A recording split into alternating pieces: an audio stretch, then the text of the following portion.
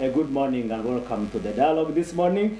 And it's time to look at those big stories that made the headlines through the week. My name is Prince Apollo. On the show this morning, we have Richard Baguma Tinkasimire, resident panelist. Dr. Jared Werihe Wanzara, also a resident panelist, and a special guest this morning is Charity Himsibwe Karebo. She is also in the studios this morning, but we hope again to be joined by Honorable Barnabas Tinkasimire, the Member of Parliament representing Buyaga West. Welcome to the show this morning.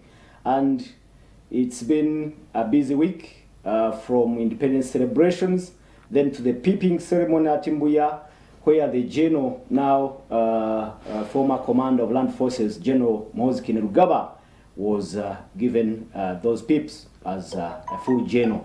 And again, within the week, the presidential address on issues relating to Ebola, when the president told the whole country and the whole world that Uganda has capacity to deal with the Ebola outbreak, and issued a caution to traditional healers not to, of course, risk handling Ebola cases. Those are the some of the issues that made the week, but the highlight of the week is the signing of the controversial law, the Computer Misuse Act 2022. It's an amendment of a 2021 bill or law, and it comes with stringent penalties for those who share unsolicited messages, either audio or video. It also comes with stringent penalties for those who also share information relating to children without due authorization from either parents or guardians. That will be the main topic for discussion this morning. But before we kick off the show, let me introduce the guests. Dr. Jared Werihe Wanzara, the head of research and civic engagement at Africa Leadership Institute, an NGO that does oversight on Parliament and other government bodies. Welcome to the show, and it is a pleasure having you this morning. Thank you, Apple. Good morning, viewers. It's always a pleasure to be here, and today I'm delighted to sit with my sister here who has been away for too long. Charity, you're welcome. Thank you so much, Richard, for being part of this show. Thank you very much. And by the grace of God, we are here every Saturday morning. Like I already said, don't take that for granted. God is great, God is powerful, really, but God is also merciful. And today God has been even more gracious that I have a sister who has red shoes. So, so you can see. And I'm looking forward to driving to Mbarara later on. Okay. Yeah, so I can't complain. You can't complain. Charity Himsibwe, it's a pleasure having you on the show again this morning. A very good morning to our viewers, and most certainly happy to be with the usual regular panelists, Doctor here and Baguma. I was looking for Baguma and I couldn't trace him. I was only seeing him on TV shows everywhere. He's now very... but now he's has become a nutrition doctor. And most certainly, the hearts of kings are in the hands of the Lord. So even the heart of President Museveni is in the hand of the Lord. Today, we are here to talk to the heart of the king. All right. It's a pleasure. Charity Himsibwe Karebo is a journalist, a human rights activist, and she's the executive director, Electoral Institute. Electoral Laws Institute. Thank you so much, and we are pleased to have you on the show this morning. Briefly, Richard, can we have 2 minutes each of us to tell us how the week was? The week for me was very good.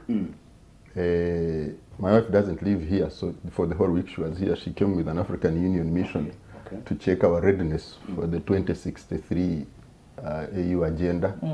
So I was happy, you know, being a guide to dance halls and the bands for the high-level diplomats after the arresting. That's one. I am also, somebody created a veterans journalists guild. Okay. I didn't realize that for us who practiced starting in the 80s, we are hundreds. When we started registering, we are more than 300. But it's exciting to see all the old timers still around. Okay. So it's a good week, and we are looking forward. Hope Charity is part of that. No, Charity is a baby. 80s. She will wow. No. Absolutely no. Charity might have been in nappies in the 80s. So really. Yeah, she wouldn't qualify. No. We are looking at the people who have practiced 30 years or thereabouts. Yeah. So we are looking forward to launching it. Okay. And some of you will come to cover us. Yeah, we will. Yeah. Not to be part of it. Yes. No, to cover us. Okay. We will and willingly. Charity, how was your week? So this was an interesting week. I think if we look at a number of things that happened. One, that we saw a general going to be piped by his uncle. And the New Vision was interesting the way it displayed the news. Page 1 had General Salim Saleh, and on I think page 2 or 3 we had the general being piped by his wife. Then we had the First Lady on page 4 and 5.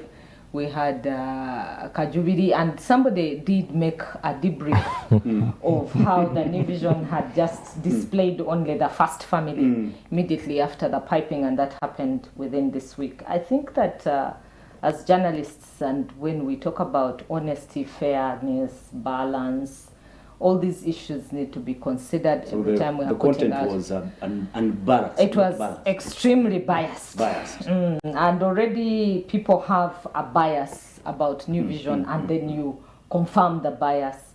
I think that as journalists, then we lose out on the principles, because principles of journalism do emphasize clarity, they emphasize conciseness, honesty, accuracy. All those are principles of journalism, and balance, objectivity. So we need to keep seeing this happening as we are journalists. Yes, report about the news, but how do you balance the picture? And beyond that, of course, the climax is what we're going to discuss today, that signing of the Computer Misuse Act. And as a student of law, I will be telling you a number of interesting things that I do observe with that. I can't wait. Law, and why I think it's really, really unfortunate. But we have also seen Total Energies this week meeting the president and saying, bye-bye EU, for us, we are going to go ahead with our project of the pipeline. And quite interesting, because the president will be going to South Africa to talk about steel ECOP for Africa, and it ties in very well with Baguma's Agenda 2063. That's a very good strategy document for Africa. If anybody has taken time to read Agenda 2063, it's a broad agenda that talks about agricultural growth, energy growth for Africa by Africans, and growing Pan-Africanism from an African continent, using African leaders, but also ensuring good governance, which I don't see Uganda wanting to emulate. All right, we'll go deep into that later. Gerard, your week in 2 minutes.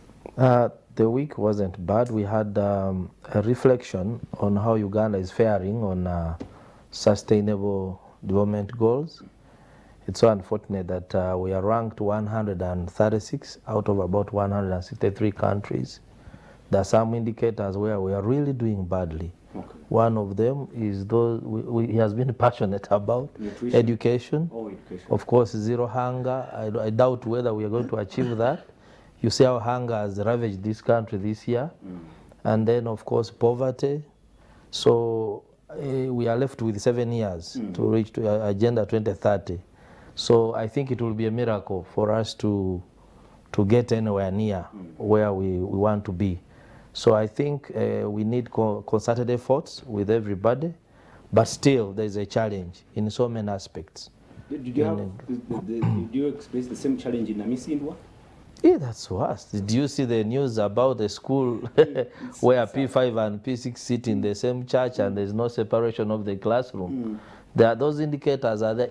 Actually, even in Western Uganda, in some areas, you'll find such schools. Have a problem. That even in Western Uganda. Yeah, because the narrative, Richard, yeah, it's a perpetuation of this very toxic narrative that Western Uganda is doing well. but I'm trying to clear the air because the narrative is that the Western is all benefiting. Nothing. But I'm saying it is not. But that news item that ran showing the appalling situation the schools are in Namisi were really touched the hearts of very many people, and it is happening. I remember during 2016 elections, Dr. Besigye visited some schools, other in Rukunjiri, and took a photo. I think you saw the state of that school. It was not far from Rukunjiri town, and it made news, and people were denying we don't have such a school. But this situation is everywhere in the country. But Dr. Wanza, yes, I think, you see, I was involved. I think that was the first census that we proposed. Actually, we proposed it to General Kayanja when he was Director General for Internal Security. We proposed that with Charles Womsha. He was then Director for Political Intelligence. And we went to Rubanga. Rubanga was PS for Education. And then we said we need a school census. And then we got a few PhDs who said they wanted the billions shillings or something to do that. We still contested. We said 250 million. Now, one of the places I went was in Kitgum. And there was an entire ghost school. Forget where the people in church were studying and listening to each other. Now, I was reading the other day. I thought that at least ghosting of an entire school had ended. I was reading just the other day.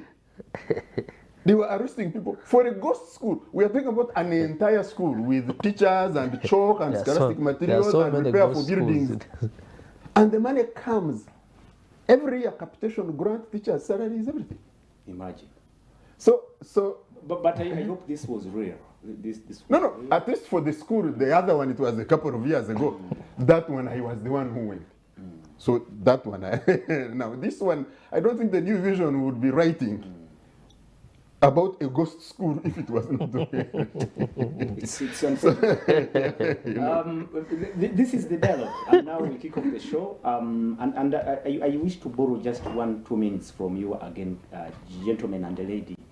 Very, I think, pertinent matter, because the war between Russia and Ukraine and NATO countries and the West directly affects us and continues to affect us.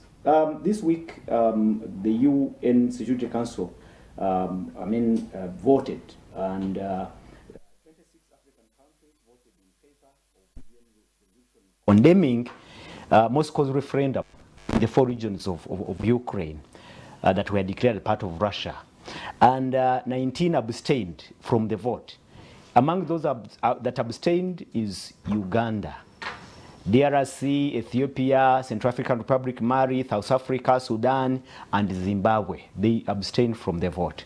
And we continue to take a neutral position on that war between Russia and Ukraine and the West on their side.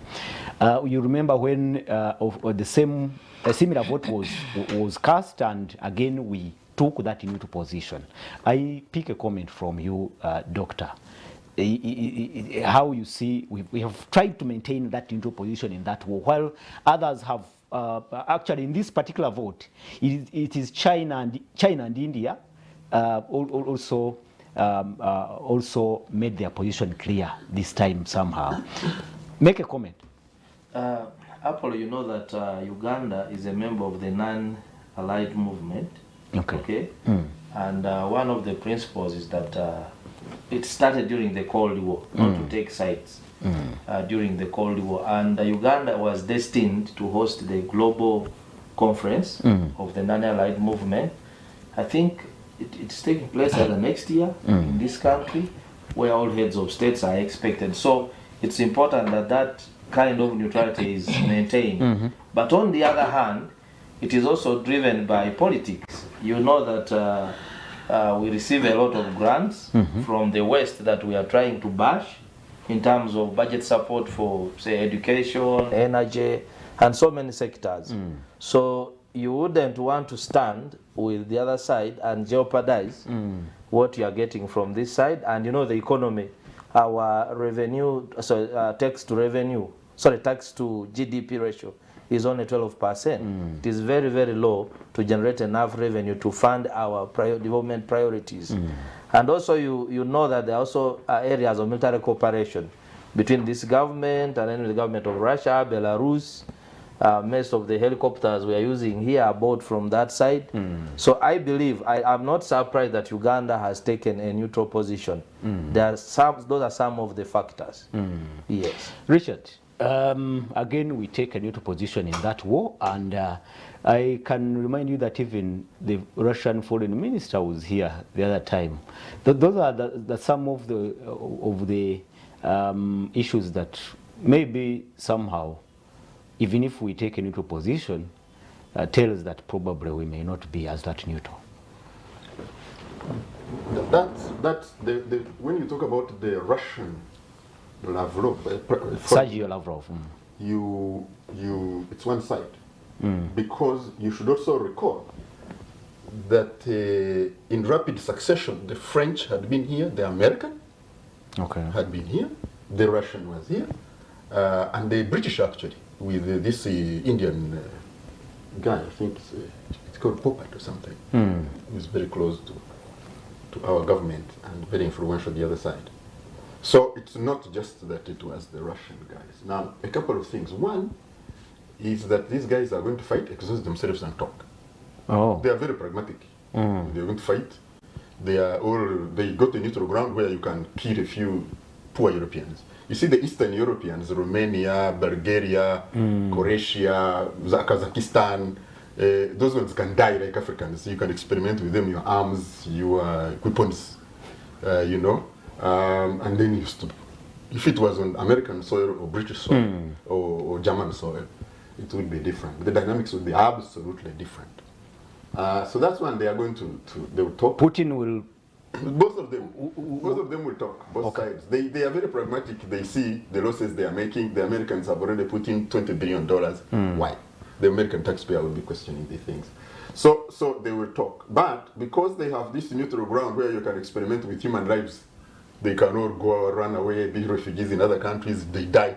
You discover graves, go on air, talk, ICC, blah, blah, blah. A lot of rubbish really, in my view.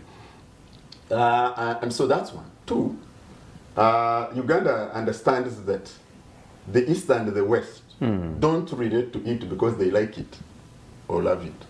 No, it's not a love relationship. No, it is a strategic geopolitical consideration. So Uganda has historically played, especially in the last 20 or so years, played a very, very clever game in the geopolitical strategizing and positioning itself. And because each of those need it. I mean, people don't really see the brilliance in having the Chinese as partners with the French in oil. Yeah, in oil. The Security Council, those are two permanent voters of the Security Council. No one will vote anything against you. No, because this is one of the most lucrative businesses for both CNOOC and Total. Billions is what we are talking about. That's why you see when the European Parliament criticized this, the French came out fighting the European Parliament. They came blazing. The European Union representative in Uganda and in Kenya came out with statements in support of the ECO project. Yeah. So it would be not very clever to assume that our being neutral, quote unquote, is going to really be damaging to us. No, there are higher level strategic geopolitical considerations that both Russia and the Europeans and then are interested in with us, and the oil thing will continue. And the Ukrainian war, you see, the Ukrainian war is partially good for us. Really? Yeah, it was like the COVID. Partially good for us is if you look at the African Union now, and you look at Ethiopia, Uganda, the attention now we have put to food production. Okay. As a result of this confusion, in Ukraine. Okay, yeah.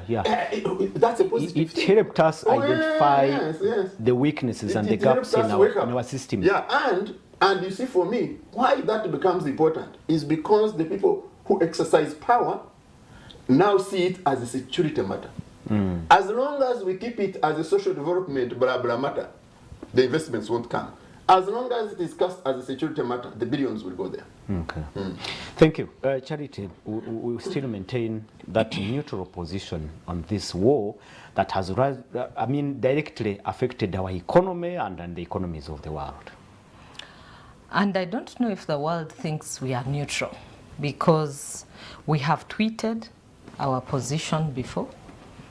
And also at the 60th independence anniversary, we got a message coming from Putin. I saw that later, But how would Russia be congratulating you since when? How many times has Russia written to anyone saying congratulations on your 60th anniversary? It means you are our friend. They do that every year. And since you are our friend, we can congratulate you. Baguma, I wouldn't congratulate you if you are not my friend. It's a template ready. I tell you, in the diplomatic world, we have a template. You just feed in dates. feed in Uganda and the dates. Yes, but from the way they have been behaving, I mean, Putin, the other time when the African nations said we are going to support America, he said they will sweep you off. America has a bill. Congress. Actually, for them, they are legalizing it. Wait, that if you Russia, support Russia, they will. Russia said. It's a rope. Russia said, I will sweep the African continent in less than a second with my nuclear weapon. Like we were doing in Kenya in 2 weeks. Now you can hear. So Africa remained again like a ping pong. So we are a pawn. We are a tadpole in the big pond. So does it matter whether we show that we support America or we don't support America, or we support Russia? You think it doesn't matter? Because America will say, the other day when South Sudan said they are going to open a hub where Russia can put some of their weapons, what did America do? It issued a statement, a stern statement to Southern Sudan, and said, try to establish that base for Russia and see what we will do to you. Oh. Now, this was America issuing a stern statement to Southern Sudan, who said they were going to set up a base for Russia. So it tells you that you African nations are just ping pong. The moment you say, I'm moving this way, the other one says, I'll sweep you off. When you say, I'm moving this way, this one says, hey, try. So it is wise to play that neutrality. Yes, so the better deal is either you look on like a fool, and yet you know what you want, or you play a careful game, like what Baguma is saying, because if you look at the global politics, they have what they call the core countries.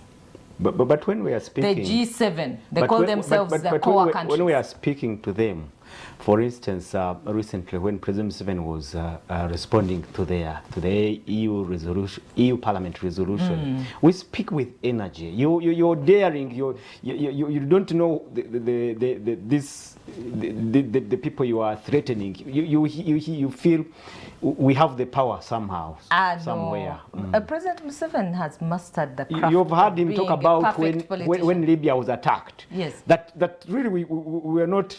There was lack of coordination. That if we had connected, we would have handled these arrogant. That the Western powers would handle it.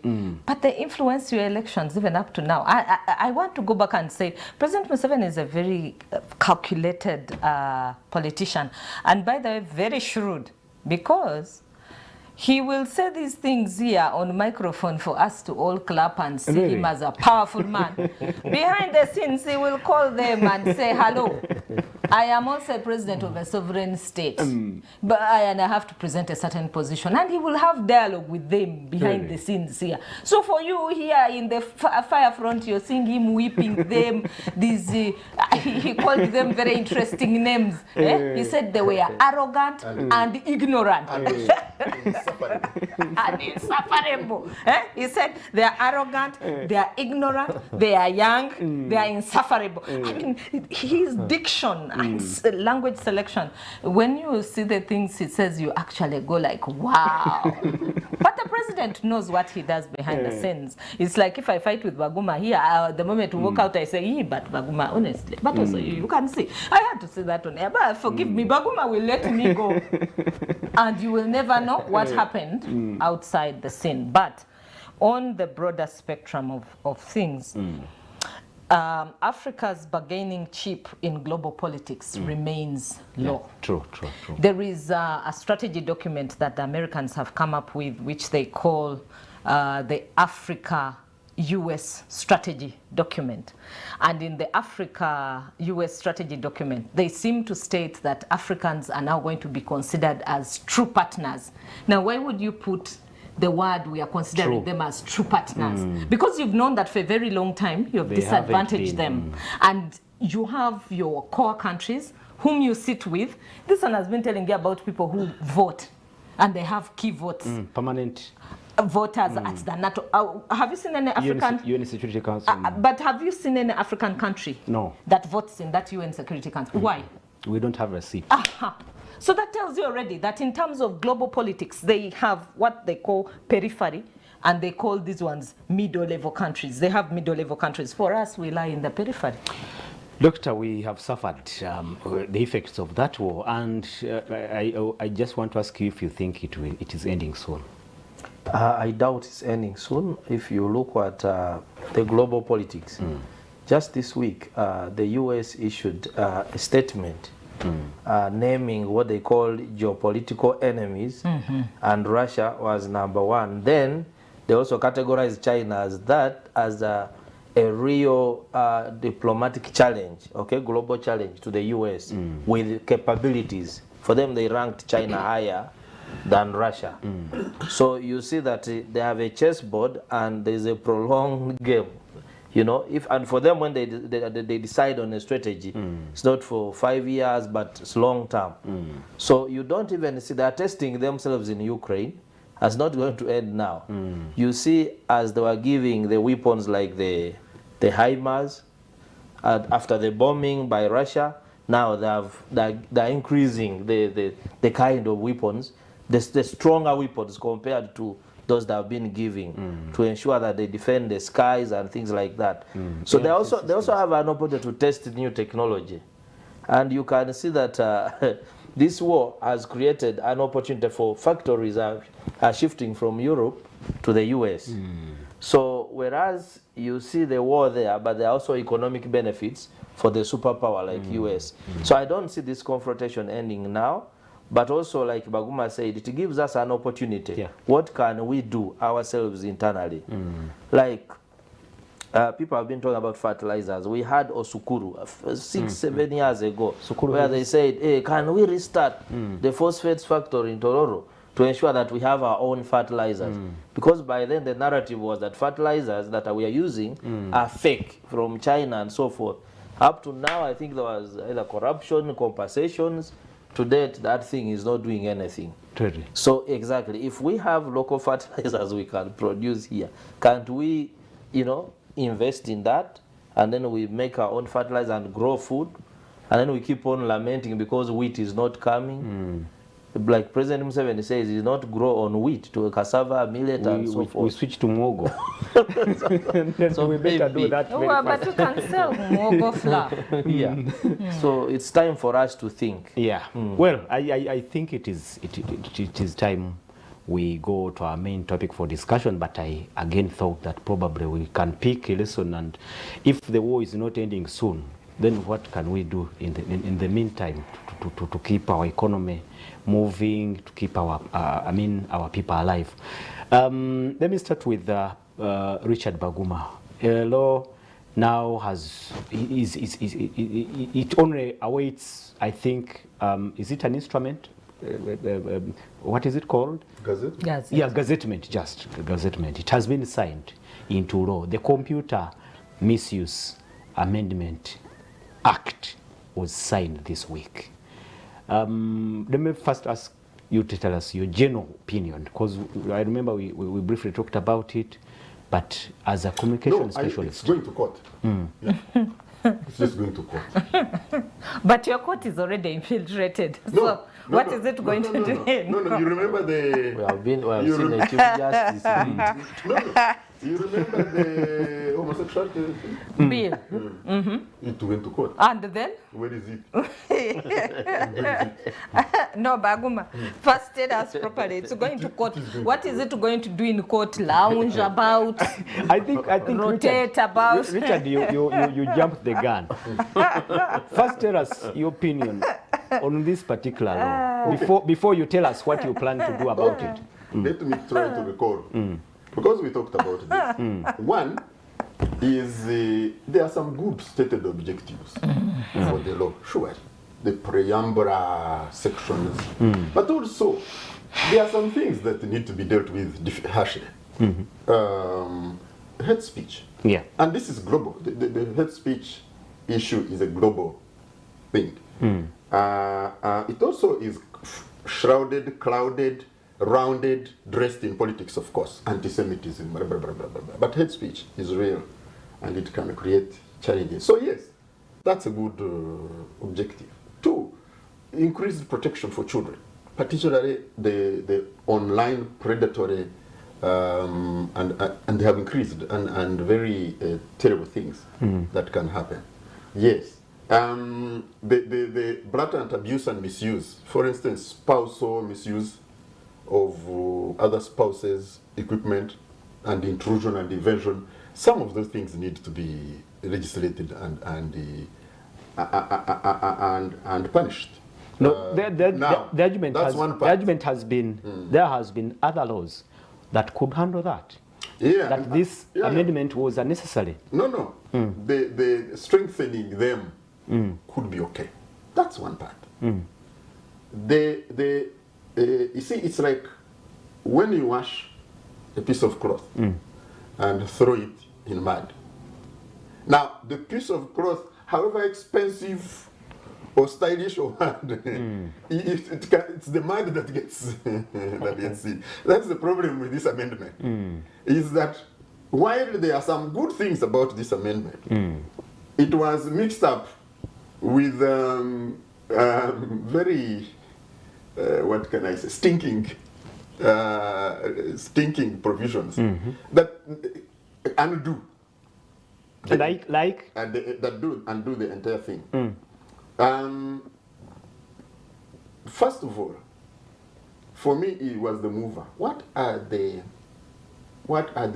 democratic or moral, because he's regulating our morality, the moral or behavioral credentials of Honorable Muhammad, so that we can say, he has grounds to move this. What is the background?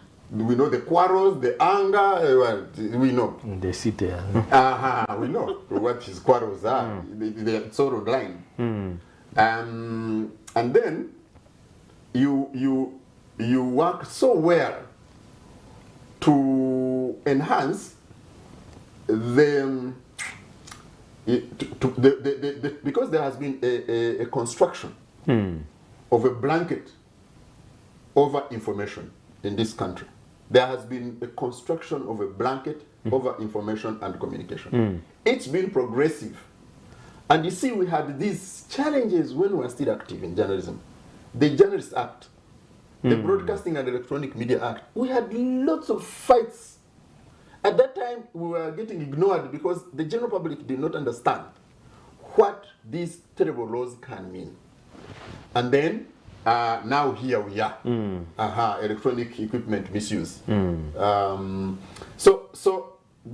say that, for example, you do a blanket criminalization of me sharing information, and you call it unsolicited, of me recording audio or video. Oh yeah, recording you confessing that you're going to kill somebody. Recording you robbing.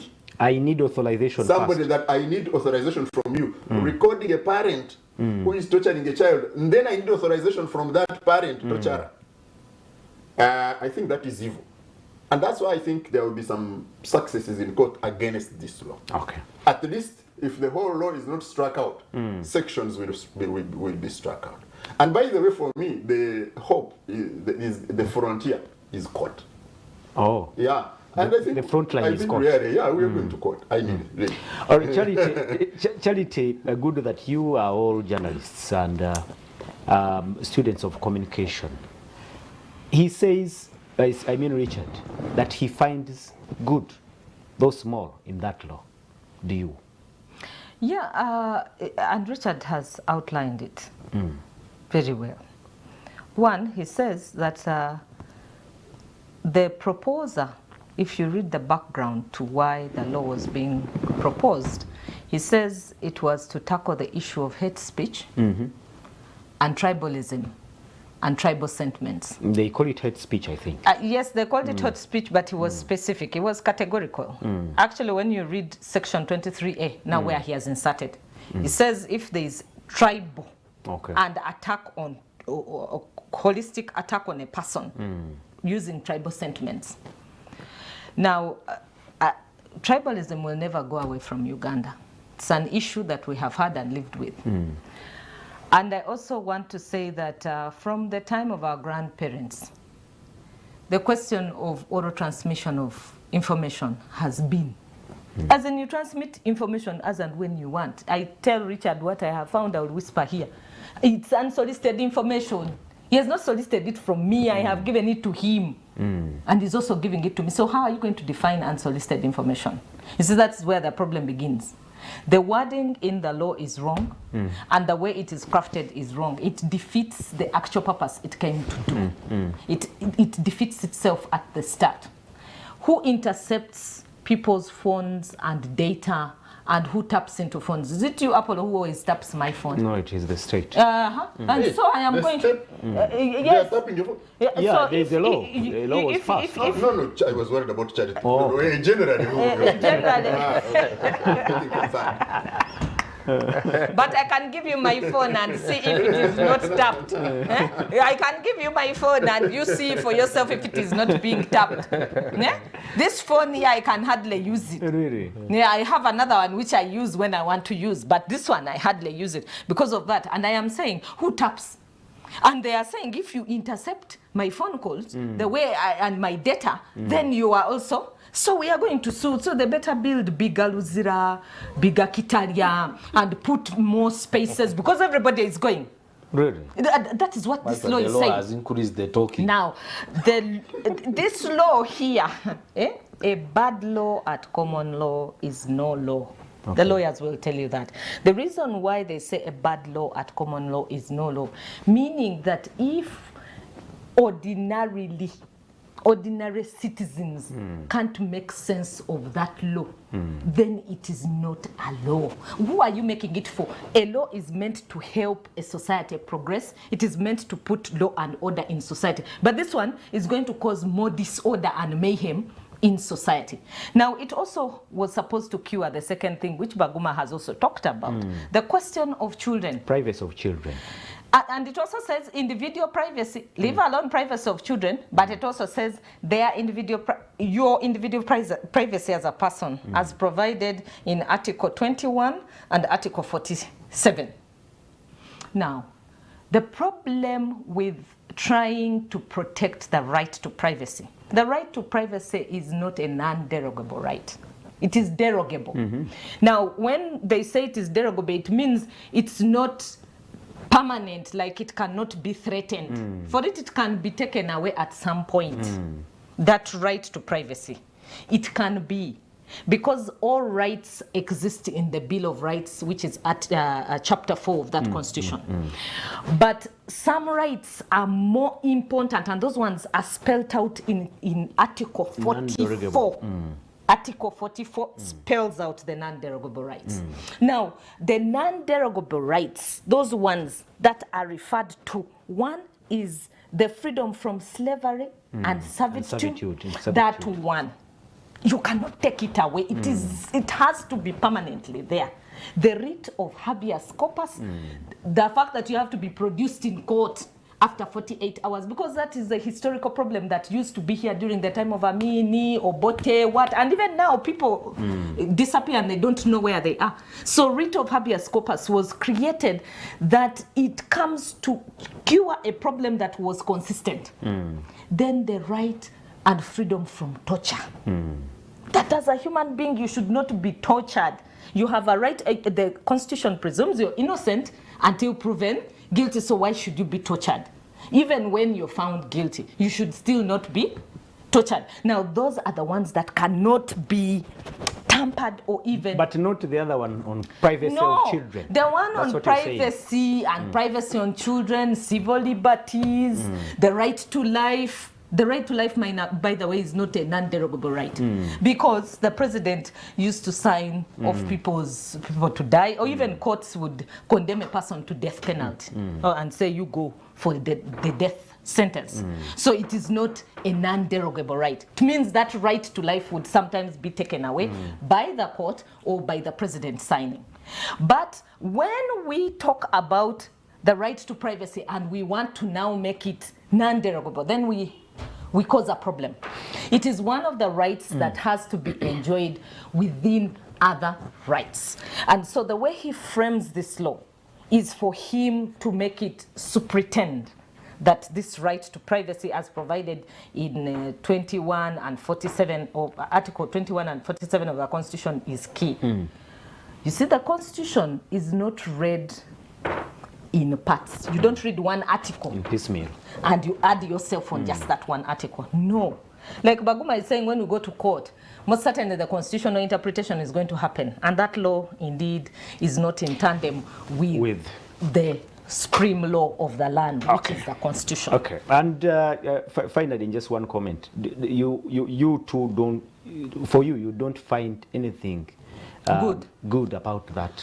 No, I have said that the goodness in the law was, one, it was meant to cure hate speech, okay? And hate speech is bad. Let's face it, it is bad. Even tribalism is bad. Good, I find that good in that law. Secondly, I also find good in the fact that children were going to be protected. That children, you should not just speak information about children and just blast it away, because the child, you should also seek their right. I find that also very good. But the problem with these good things that I have found is that the way the law is crafted, it prohibits this goodness more than it empowers it. Thank you. Thank you so much, our viewers. This is The Dialogue. My name is Prince Apollo, Richard Baguma Tinkasimire, Charity Imsibwe Kalebo, and Dr. Gerard Welehe Wanzala, looking at the bill that was passed in Parliament. Then it came an act of Parliament sent to the President. Now this week, the President signed it into law, the Computer Misuse Act Amendment. How is it going to be handled? Others are saying they are going to court. But let's go for a break. When we return, Dr. Gerard Welehe Wanzala will be sharing his opinion about this matter and possibly tell us it went through Parliament and the President assented onto it. How comes now it remains again a contentious matter? Two arms of government have already endorsed it. How did it reach here? Welcome from the break. This is The Dialogue. My name is Prince Apollo. Richard Baguma Tinkasimire, a communication specialist, is with us in the studios. And nutrition activist. An advocate for proper nutrition. I am Wanzala here who eats well. Yes. Charity Imsibwe Kalebo is a journalist. She's a journalist and a human rights activist, is with us in the studios. But again, Dr. Gerard Welehe Wanzala, the head of research and civic engagement at Africa Leadership Institute, an NGO that does have oversight on Parliament, is also with us in the studios. And at this particular moment in time, Dr. Gerard Welehe, you will tell us exactly what your opinion is about this particular law, now that has been officially endorsed by the President, and the legislature. Please. Apple, this is a very important topic because it touches all of us. But let me revisit the article of the Constitution that gives the mandate to Parliament to pass laws. It commands MPs of the institution of Parliament to pass laws for peace, order, and development of the country. It does not say that you pass the law because you are angry with someone. I followed the deliberations in the House when they were debating the law. And also the rules of procedure of Parliament provide that the presiding officer who is sitting at that time must show non-partisan behavior. But I was so perturbed when I saw, with due respect, the Speaker saying, honorable members, you should pass this law. Unless you have never been abused on social media. You see? But when you're in a public office, to be sincere, the abusing or the criticisms will never stop. We were just talking about this with Baguma last week. When President Trump was in the White House, he blocked a follower on Twitter. And then the follower went to court seeking court redress why he was blocked. And the defense was that he was insulting the president. The court ruled it was okay because the president was occupying a public office where he utilizes the funds of the taxpayer. So if you are in a public office, I don't know why you should fear to be criticized.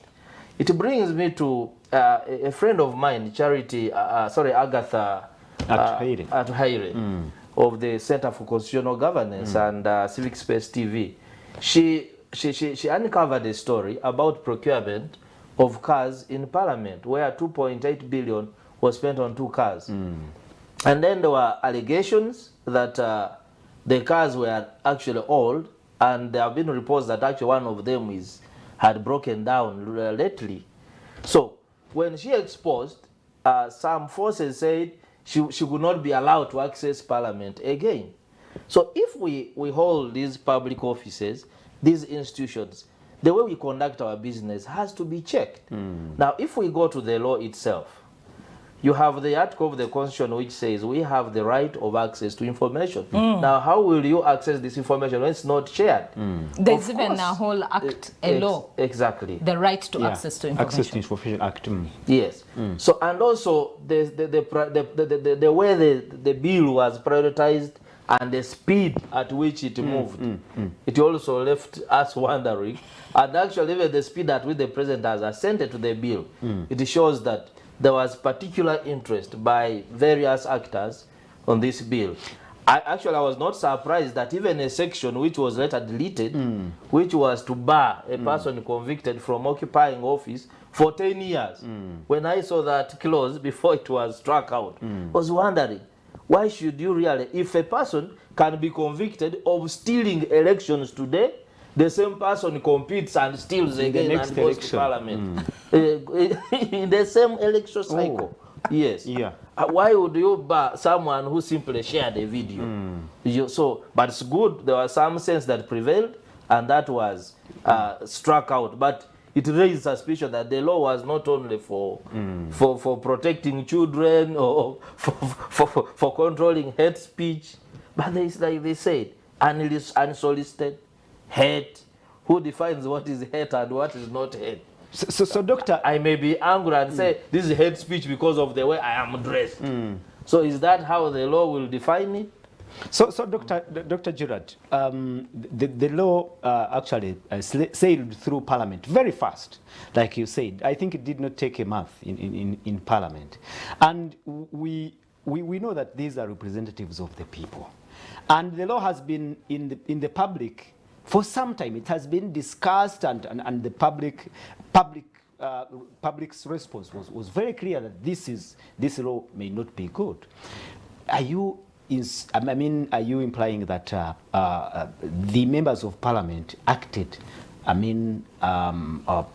passed this law without the consent without the support of the voters? They acted on their own.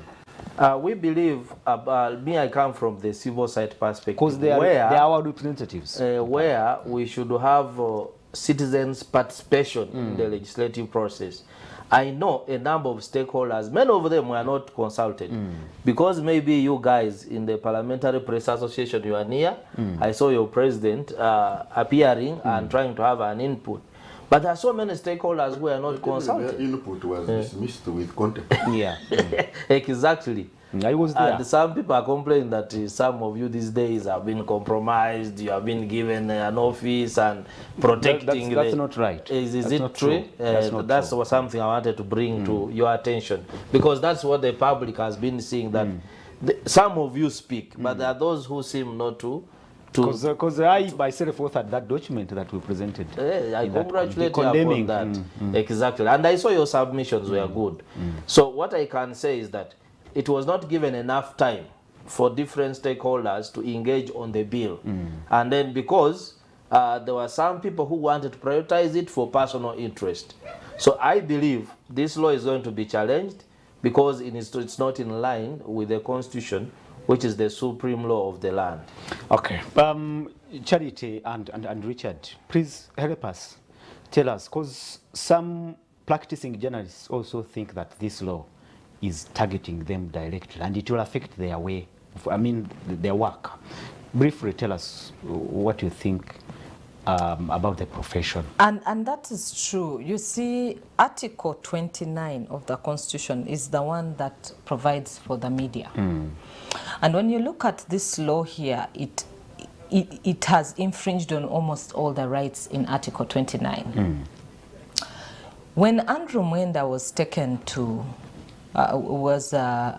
court by government in that court case of Andrew Mwenda Museveni versus Attorney General, they said Andrew Mwenda had been seditious and he had committed treason when he said that Uganda had killed Garang by giving him a chopper, which was already a junk, gave him a junk helicopter to fly in, and they knew he was going to die anyway in that junk helicopter. And the judges interpreted Article 29 to say a journalist can provide opinion. Now, when you look at this Computer Misuse Act amendment, it seems to say, therefore now a journalist cannot present opinion, cannot even give information that they have had from elsewhere, because it will be categorized as unsolicited information. Because you have to define what is unsolicited information. What is it in the first place? It is so ambiguous. Once something is ambiguous, then it's not a law. It is so ambiguous. A law must be concise. It must be specific, and it must be curing a problem but causing progression. He has told you they should legislate for peace, for development, for continuity. That is what they should legislate for in Article 79 of the Constitution. So when you look at this law, does it promote continuity? Does it promote peace in the fraternity of the journalists? I want to read for you very interesting sections of that law. If you look at the amendment here, it says a person who voice or video records another person or shares information about or that relates to another person commits an offense. So if I share any information that relates to, I'm a whistleblower, I have found thieves, I have seen, Baguma has just explained to you, there is what we call citizen journalism. You have seen an accident is happening in along Masaka Road someplace. Yeah, you have to first and you've decided to take a video, and you're sending, and you're saying, you people, somebody is dead here. There are people who have been knocked by borders, and they have sent out information and said, this is the ID of the person we found knocked by a border, the body is at the side of the road, and people have gone to find their relatives. They have helped through social media to provide that information. Now all that is unsolicited information. Even the people the whole question of a press statement, even in this, and you push out a press statement to us, it is unsolicited. Even in these in these arbitrary arrests, we have managed to capture videos that have helped people to identify and know that their people either are in danger or Yeah, or something wrong is happening somewhere. So the so Pakistani there's, was being robbed. the one who was being robbed. I mean, we've seen even the house girls who have been beating children, you know, and then the interdict. The trainer in Western Uganda, the nurse who beat the learning nurse. It was a video online that caused government to intervene. Now, unless these things are thought about, was there also some good which was coming out of citizen journalism? Because you needed to weigh, is there good more than the other? And then look at it holistically in view of Article 29, and also look at it holistically in view of journalism and the free media and free press. What does it mean? Do you want your media choked? Yes, there are these issues that are happening. How better can we craft that law to provide for us tackling the issue of hate speech, but also ensuring that there is freedom of the press and that citizen journalism is not choked, because you do that at your own peril. We lived here before the internet came. We lived here before Twitter and Facebook were there. And I mean, we can go back there. We have been shut down during elections and we didn't have Twitter, we didn't have Facebook, and we've used our phones, Kabiriti, and, and life moved on. We can go back there. But do we lose something? Yes. We ever lost 3 billion after 2021 election. 3 billion was lost in business for shutting down the internet. Now, in one day, you would lose 3 billion. One day, I'm not talking about the entire period, but it was 21 days, which one day you lose 3 billion because there are people who transact. That's a whole lot. But now, if I'm going to send you, I'm selling clothes, and then you say this is unsolicited information, because it is unsolicited. I didn't ask for it, did I? Does it cross over to that area of business? That is how it is right now. That is what the law is saying. I didn't solicit for it. How did it get on my phone? So you build more Ruziras. Okay, the Ruziras, Chitaria is new. Abraham, some people are watching and actually following. Abraham is watching and is following. Otieno is also watching us. Alfred Wasike, thank you so much. Catherine Luhweza, Musamali Godfrey, told you are watching, and thank you so much for following the discussion in the studios. Richard, veteran journalist and communicator, is the profession going to be affected in one or another? The industry. You see, I'm enjoying citizen journalism, somebody said. I have received a lot of unsolicited information. Unless somebody says, when you acquire access to the internet, then you are soliciting information. If that's what it means. Because then you can also define solicitation. So it's another ambiguity. If you join on WhatsApp, if you become a member of a WhatsApp group, sometimes you get joined without even asking. If you open a newspaper online, you are soliciting. But there are terms and conditions. There are always terms and conditions. If you tune on this TV, because otherwise this information is going through a computer right now. Yes. This one on the TV. So we are breaking the law. Yes, we are. Because it's unsolicited to those people. People suffer in their sitting rooms. Yeah, but that's how ridiculous. The law is. What is not ridiculous? What is real? Is that this law has gone through the entire parliament of Uganda, and the parliamentarians are our representatives. When we vote for them, we surrender the duty and responsibility of deciding on our behalf, because they are not delegates, they are representatives. Therefore, when and if they misrepresent us, we pay the price. In this case, they misrepresented us. No, that's what you think. When you say misrepresented, it's an understatement. But they are insufferable. But they are. But what is even more serious is that after their gross misrepresentation of us, the president, the head of state, who also is elected by us through adult suffrage, also assented. Maybe we are wrong, and they are right. Assented to it. So there has to be, in my view, there has to be a critical disconnect. Critical disconnect between us and them. I really believe that. And that disconnect makes us pay a heavy price. And that's why it is very serious. Because somebody can move on you tomorrow. I was asking one of the lawyers, I said there is a general whom I sometimes say, if I were a communication consultant for him, I would say this, tell him to do this or that.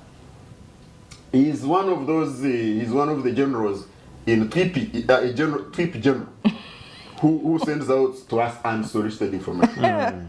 I wonder if there is a courageous lawyer who to test this law would start with that one. The first case would go to that one. Yeah, and we see him defending himself, and he would be defending us. Yes, if I were him, I would even tell one of the lawyers, go So sue, he may go be, sue me. he may be, a culprit as far as this law is concerned. And he would be on the side of the public, defending the public's now interest. Actually, Richard and Charity and Dr. Wanzara, I wanted to ask you, in whose interest is this law? I mean, for me, being formulated and being. For me, it is in the interest of the people who, at the point of time, think of themselves as monopolists for the instruments of violence and coercion. The ones who think for themselves they have a monopoly for instruments of coercion and violence, and therefore coercion and violence cannot apply to them. Okay. So they think they are protected, they are shielded, and perhaps this is a permanent situation. It never is, of course. It never is. They will, they will, and they can't, but they will be affected in this way. But I don't know why I have this conclusive confidence that this one is going to be hit in court. Yes, it will.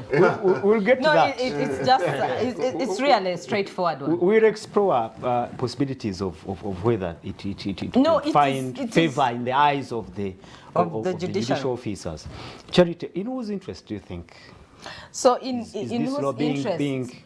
being pushed? That this law was in individual interests, because I've told you, Article 21, to protect the privacy of the individual is there in the background. He talks about privacy of individuals, that his own privacy. Individuals' privacy, even the members of parliament who supported it, the speaker, you heard what she said. She said, except if you have not been abused on social media. You see, Trump used to be abused every day, idiot, trumpet. They abused trumpet, all sorts of things. And trumpet came and went. And he's in his house. NTV has a show saying, Ebigambo Tebita. Have they ever killed anyone? As long as you are in public space, there must be public scrutiny. The citizens have a role to scrutinize you. Article 16 of the Constitution, one of the cardinal duties that is given to the citizens of this country is to actually push for accountability. How do you push for accountability without scrutinizing? So how do you say it is in the interest of the public? It is not. It is in the interest of individuals. So the individuals thought about their own interest, what fits them, what suits them. But a law cannot be made for individuals. A law is made for the public. Now, yes, hate speech is a public problem. Yes, child fake news, child solicitation and abusing child rights on the internet malicious is also a problem. Information. Yes, even malicious information sharing, because I'm there with my husband enjoying myself on a beach. The next thing I know, I am on page 2 of Bukede that they were there at a beach.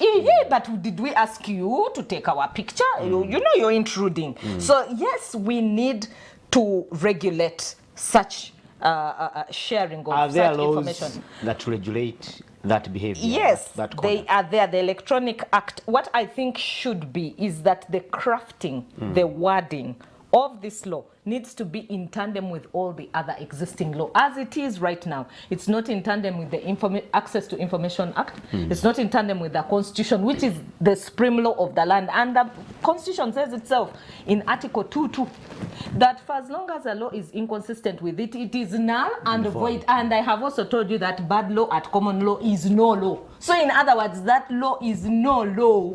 But, Madam Charity, the law said through Parliament, very fast, Parliament endorsed it. The head of state signs it. What does that tell you?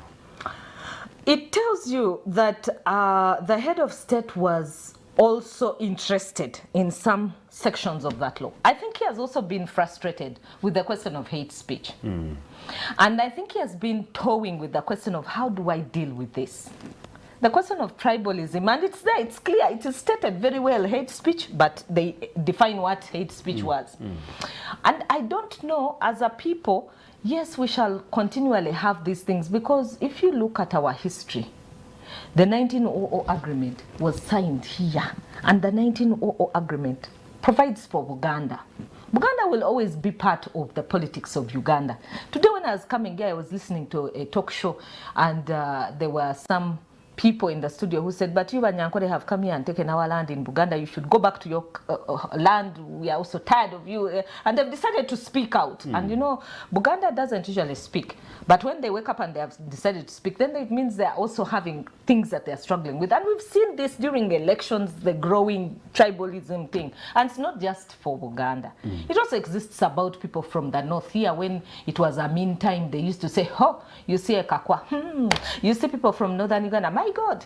Then when it was time for Bote, it was the Langi. And then, you know, so we have that thing. It has existed. It is a historical problem. And maybe the president has been toying with it. He thought that intermarriages would take it away. Intermarriages have not taken it away. It is still now growing. And it has started to grow now in bigger shades. And maybe he thought... So possibly he thinks that's the way to deal with it. He thought legislation made fine-tune some few things. Okay. But it has also, I don't know if legislation per se would cure the problem. There are better ways of dealing with this problem. All right. One being dialogue, the other being, yes, legislate, but can we legislate more flexible and reflectively? Okay. Dr. Gerard, in whose interest is this law being pushed? Because Parliament endorsed it, the president has also signed it. Yeah, if you look at the origin, the content, the speed of debating, passing and assenting, the law belongs to the owners who played the part in originating and passing that law. But this is a word to the elected leaders. Article 38 of the Constitution says every Ugandan has a right to influence how they are governed, either individually or through their own civic spaces. It can be individual. So when we exercised our right to vote our representatives to represent us in Parliament, we did not surrender the power to critique or monitor them. Yeah, true. So this is to the citizens of Uganda that if they make the laws that serve their own interests, then we retain that power. And using all these spaces that we have, we are going to criticize them. We want the laws that work for the country, not for the leaders alone. So it now joins the list of other laws that have been absolutely that have been tagged as their laws. Yes, there's a record in this country, and actually each of those laws that pass very fast to control certain sections of the people, people have gone to court, and sections of them have been struck out. And I think that's where Richard gets the confidence. If you look at the Police Act, POMA, then the POMA, Public Order Management Act. exactly, they have ended up in court and sections of them passed. And also when you see bills relating to supplementaries, amendments to taxes where government wants to get more money and where they want to squeeze citizens, civic rights of citizens, they move in a record time. And this is one of them. Let me allow you now to dig into the possibility of going to court and possibly challenging this law and striking it out as, I mean, some of the sections we have seen the POMA. Is it section 10? Section 8. 8, yeah, that was struck out. What do you think is the possibility of such an endeavor? Of course, they can be struck out, but also we have witnessed consistently a danger where a section is struck out, but the police and other authorities continue to operate as if it is normal. Okay. You remember in the Police Act, it says that the IGP Has they no power. have no power. Yes. Okay? They have no power to determine where I'm going to hold my meeting or a rally. Okay? Public assembly. Exactly, public assembly. But they can regulate the, okay? Actually it's protection and I think guide. they call it a meeting. Exactly. In those acts, a meeting. But we have continued. Public Someone will meeting. just tell you, I have an order from above carrying 2 mobile phones and the whole thing, then people will be beaten and it stops there. Okay. And that's why people have been arrested for illegal assembly, for inciting violence, but nobody is convicted in court. Maybe we need to ask Richard where he draws that courage, that he will go to court and possibly things will happen in his favor. No, Dr. Wanzara, the above is not the IGP. The court didn't stop the above. The court said the IGP. The above doesn't happen. Is that a deputy god or something? The court was not specific on the above. It said the IGP doesn't. And these guys don't tell you we get the orders from the IGP. They say we get them from above. So I think next time people go to court, they should take above to court. Above cannot go to court. And the court pronounces its reference above. But you see, look, the confidence that I get about this is that there have been precedents. There are precedents. Yeah. Yeah, the precedents have been established. The courts have pronounced themselves not once, not twice, on very draconian, illegal, unconstitutional. Actually, one of the areas they have been very clear about is the lack of specificity, the undefined breadth of coverage of sections of the law. These precedents there have been established, are clear, are documented. So that gives me the confidence that this is what is going to happen this time. The second thing is the legal brains that already, lined up to take this monster of the law before the courts. They are very good brains. I'm sure the arguments, they are thought through, they are what. But 3, and for me the most important, is the court of public opinion. I think the court of public opinion has been quite clear. The attempts at using bots, these unnatural online personalities, where you find you are one, but you have 40 identities, and you try to show that the law has some support somewhere. The incoherence in the arguments for the people who support this are for me some of the things that give me confidence. What scares me, what really scares me, is that Parliament, our representatives, the Parliament of this country, actually passed those provisions. That scares me, really. They are insufferable. Yes, because you see, for me, it makes me start to be unsure about the depth to which the House has sunk. Really? Yes. It really makes me, I'm thinking like, okay, you keep thinking they cannot sink below this level. And then they very unpleasantly shock you and surprise you. And see and go below. And so you're thinking, okay, so how low, how deep, how under will the House go? And that for me is what. But these are our representatives. These are our own people who we voted for. Yeah. And they are. Yeah. You see, let me take it to biology. When you have a child, your own child, and they go shit by the roadside in the neighborhood, they are your own child. They still remain your own child. But you certainly get impacted and affected. That's the same thing. That that for me, quote unquote, these are our representatives cheating in our communication, in our information, that's what humanity is about. Yeah. Richard is using big words there. Quote unquote.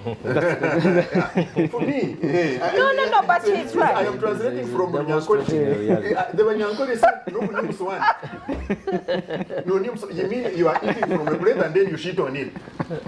Humanity is about communication. So what is it you're doing? What are you doing? I'm imagining, Richard, this whole force behind this law is now going to of course, I don't think they will just fold their hands.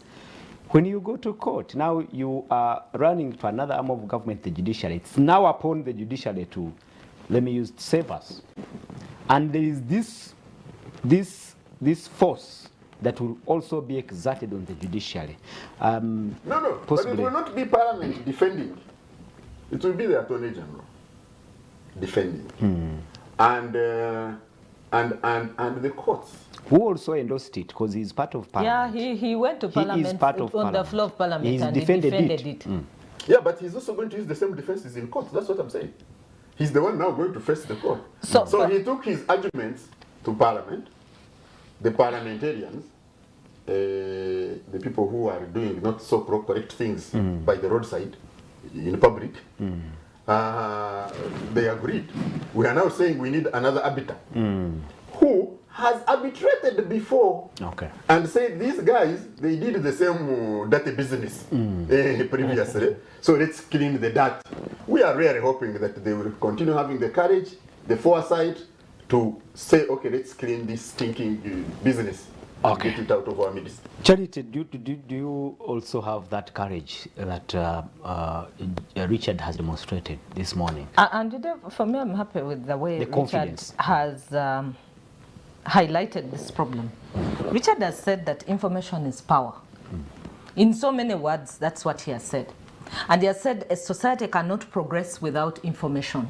And so you cannot block information in the name of a law. There are individuals who are now ready to block that information. So he's saying you cannot block information in the name of a law. That is what Richard is saying. He has used very gigantic words because he is frustrated as a communicator. Indeed, he is defending the vanguard of communication. He is defending the profession of communication. You know, lawyers, the courts are charged to protect the profession of law. The courts are charged and judges are charged to protect the law itself as it exists. And that is why the confidence of Richard comes. That any sitting judge, anyone, even the ones who are meant to be bootlickers, will clearly see that this one is out. It is bad law. They have to defend it. They have to defend the law. They have to defend what is remaining of the law. And in a sense, Richard is defending the communication spectrum as well. And he's saying it is important for information to reach the citizen. And whether the citizen solicits for that information or doesn't solicit for that information, as long as it is going to help improve the citizen, that information is critical. I agree with him 100%. And I want to also agree that beyond the brains that are thinking around the law, the judges and the courts are going to sit down to do what we call, of course, this is going to be a question of constitutional interpretation, that they're going to ask the Constitutional Court to interpret for us. And there are tools that are used to interpret the Constitution. But one of the key things that I said is that the Constitution is read as a whole, not in a part. And the spirit of the Constitution is clustered in that preamble. What does the preamble say? He already quoted for us Article 79. What does it tell members of Parliament to do? Me, I'm thinking that everyone who goes to Parliament, and I agree with Mr. Baguma here, that the Parliament has really sunk. I don't know even if they were in the Red Sea. They have now drowned. If they have drowned, what are we left with? They've sunk, they've drowned. I don't know, they are wallowing, they are deep down there. How do you save them? But they are a representation of us. It means that even us as a people, we have sunk. This is where we have sunk as a people. Every time they come looking for votes, it's us who vote them. We have voted them into those spaces. It means they are our representatives. They represent us. We have sunk as a people. We need to dialogue. We need to get back to the drawing board and get rid of bad laws, have good laws that work for us as a nation. Our constitution is still strong. Our constitution still stands. Any law that is inconsistent with the constitution is null and void, and this law is very inconsistent with the constitution. Thank you so much. And viewers, for those who are following us, you can actually be part of this discussion. Use WhatsApp and short messages, that is SMS. Our line will be running on your screen, 0701 609906. I repeat it, 0701 609906. It is a line exclusively meant to receive short messages. Send SMS, send WhatsApp messages, and we'll be reading them out. What do you think about this particular law that has been now officially laid out? It is now awaiting gazettement, and it would be into force. Tell us what you think. Those in whose interest, actually, that should be the question. In whose interest is this particular law being pushed? And Gerard, please, you can start from there and tell us, possibly, if you think the third arm of government will reign on the other two and stand on our side, because I'm part of. I'm this side. I can confess. That you're biased. I can confess. You can't confess. Yeah, they. In trouble. That he's with Baguma. They have shit in his plate. Yeah, the judiciary has always arbitrated where the parliament has passed laws that citizens are not comfortable with. We gave you examples here. The POMA, the Police Act, we told you about the gay law, anti-gay law. There are a number of them where citizens have gone and succeeded. But of course, the judiciary, in terms of enforcement, may have a weakness. But it is okay. Let the citizens challenge these laws, and then we have them in the law books. First of all, we have the laws that said, like now the law against torture, where someone can individually be held responsible. With the time, those who think they are sitting in heaven and they are violating the rights, the laws, one day these laws will catch up with them. It's just a matter of time. So I believe in courts, and of course we are even about to see a precedent whereby the head of the judiciary is before his own judiciary. So I'm sure the courts will do something. Okay, some people are watching and commenting on Facebook. Akasima Sheila, we can see your message there. Kabenge Jamil, thank you so much for tuning in. And Mubangizi Felix, he's also on Facebook, and many others. And they say, good morning, family. We are watching. Thank you so much. And let's keep those comments coming in. We need to wind up in just 15 or 10 minutes.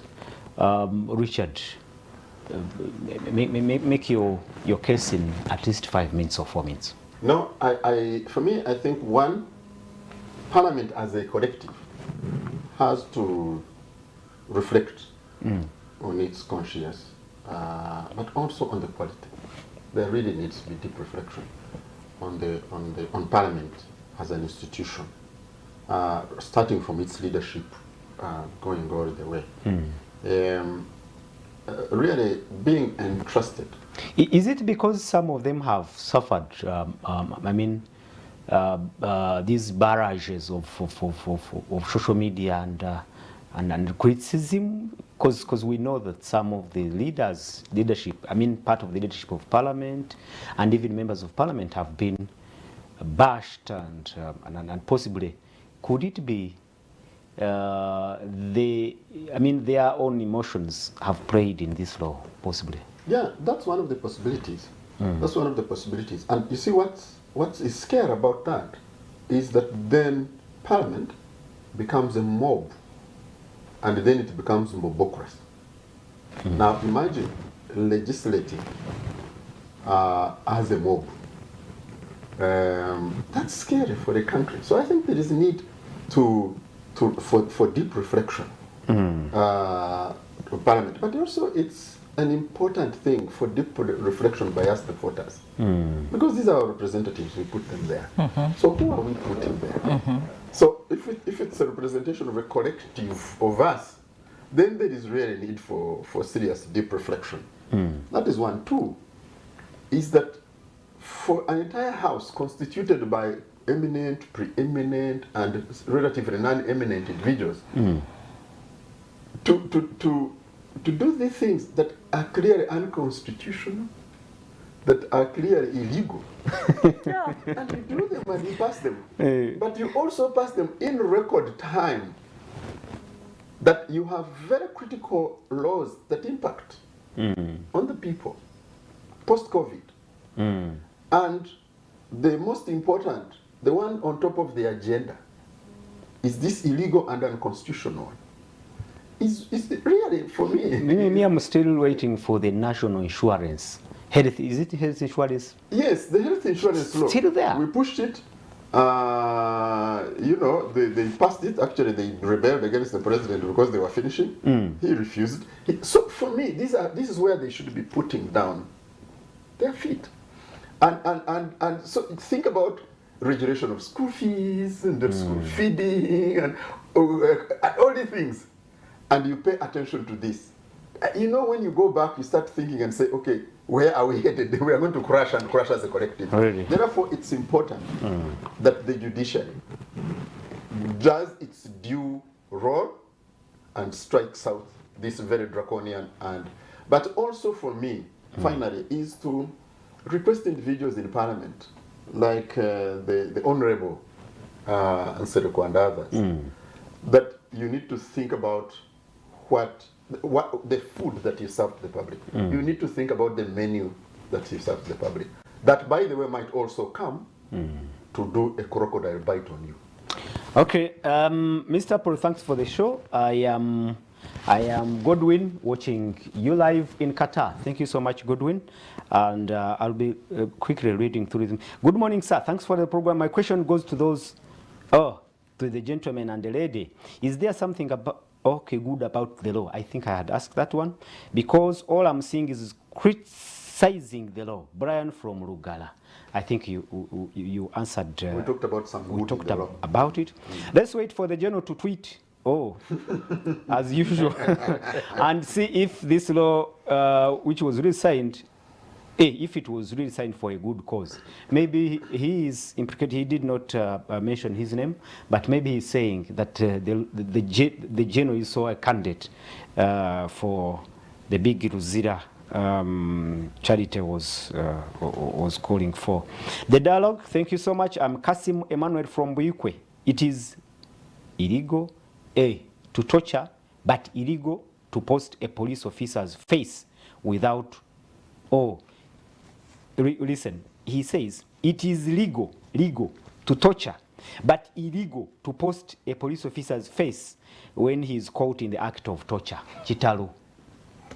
You see? But it is illegal to torture. He should go home to the bank with it. That one is a non-derogable right. It is very, very illegal. No, I think he's comparing the two. Yes. That it is. Then he says it is legal. Yes. Yeah. Yes. But I think that as it stands today. Yes, it looks like as if exactly. the other one is okay. And maybe he's also seeing the gravity of the punishment. And that is why he's saying 7 years. Okay, someone says, why legislate? Okuvuma tekumenya gumba. That is what my father used to tell me when I used to go to him to report a verbal abuse. So, you didn't give us, provide your names, but he's also saying, really, criticism, ebigambo tebita, that is what he's saying.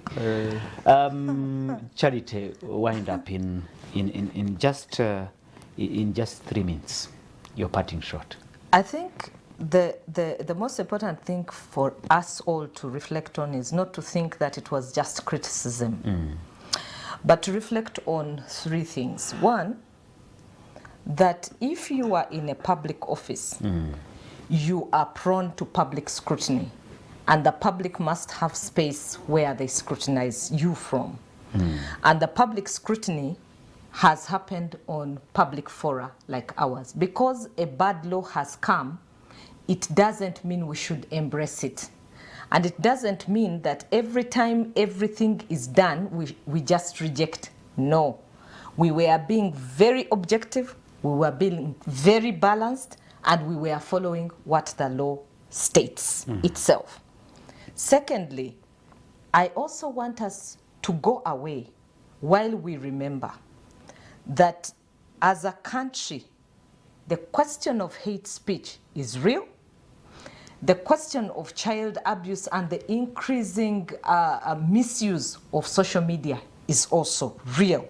It is upon us. So a bad law has been introduced to resolve some of the things that we are seeing growing in our society, but these things are growing because of increased frustration from the citizens. Every time citizens are frustrated, they wonder, what else can we do? This has been the only one space they can now air out their views. Echimenza was banned. Some of them don't even have access to internet. I can tell you there are people who are not even on Twitter. There are people who are not on Facebook. I can give you statistics. Facebook remains closed. I can tell you, I can give you statistics on how many people access even smartphones in Uganda. We are 42 million, but only about 5 million use these spaces. And even these 5 million that are using these spaces are representing a bigger chunk who are locked up in poverty, who are locked up in hopelessness. So how do we restore hope in a hopeless state? It's not by producing laws that are going to cause more frustration, more disgust, but it is by creating laws that will help even those that are in hopeless situations. So we need to begin to trade hope, but we trade hope from a point of assessing the truth as it is. It is a bad law, and it must be revisited. It must be struck off from the law books of Uganda. Thank you so much, Dr. Girat. Utilize your 3 minutes, please. Richard talked about mobocracy, but some years back I coined the word. I added there kleptocracy to make it kleptomobocracy. Now it becomes Yeah, the man is permanently related.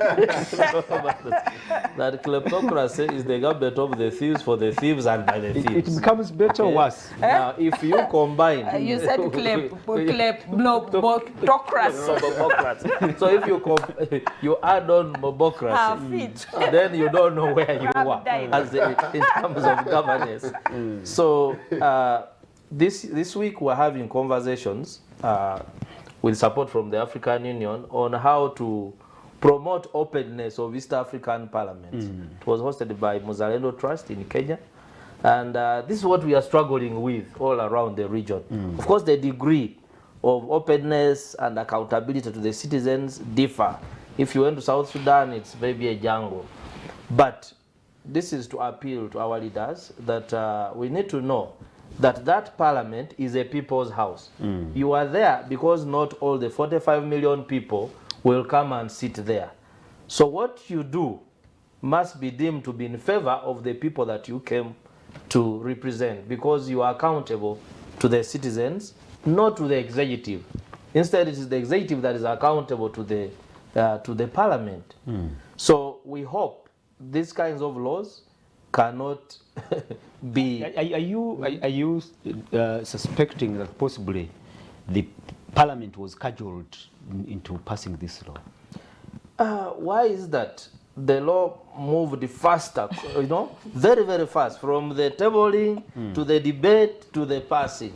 It is just only comparable to supplementary budgets when the executive wants more money to spend, or when they want a loan approvals, or amendment to the taxes. So that's the speed I can compare with this particular law. So I believe someone had interest in the law, and that law is not going to serve the people of Uganda. is not even going to achieve the purpose of which it has been created. Thank you so much, our viewers. We treasure you, our great audience out there. Thank you so much for being with us for all these 2 hours. The dialogue will be coming again next Saturday. My name is Sima Polo. I have to appreciate the panelists today. If you will not be facing charges because of that law. Oh, By next Saturday. next Saturday. Yeah, because that will be too soon. You sent unsolicited information through TV. Or being thrown to the face of Parliament. It's a privilege having you, Richard, on this show. Inshallah, God is great. We need to keep him in our minds. Whether with bad or good or no laws. Oh, no laws. Charity Msibwe, always a pleasure seeing you in that seat. Thank you very much, Apollo, and our viewers. And the hearts of kings, I insist, are in the hands of the Lord. The hearts of President Museveni is in the hands of the Lord. We still have hope that God will touch your heart. You will understand that you signed a bad law. But you mean the HAT, he has several of those. I mean the H-E-A-R-T, the heart of that king is in the hand of the Lord. Dr. Gerard, it's really a privilege having you today on the show. Thank you. Only to my friend Richard, he wanted to box me in the corner in the beginning. Richard, I've traveled this country. I know every corner of this country. I know that. Can you confirm to the listener that Western Uganda is not privileged? That is also unsolicited information. This is very unsolicited information. I can assure you, the viewers, that not every part of Western Uganda is providing unsolicited information, and he's committing a crime. Viewers, again, it's a pleasure, and we will return next Saturday. We wish you a good afternoon and a good week ahead. Bye-bye.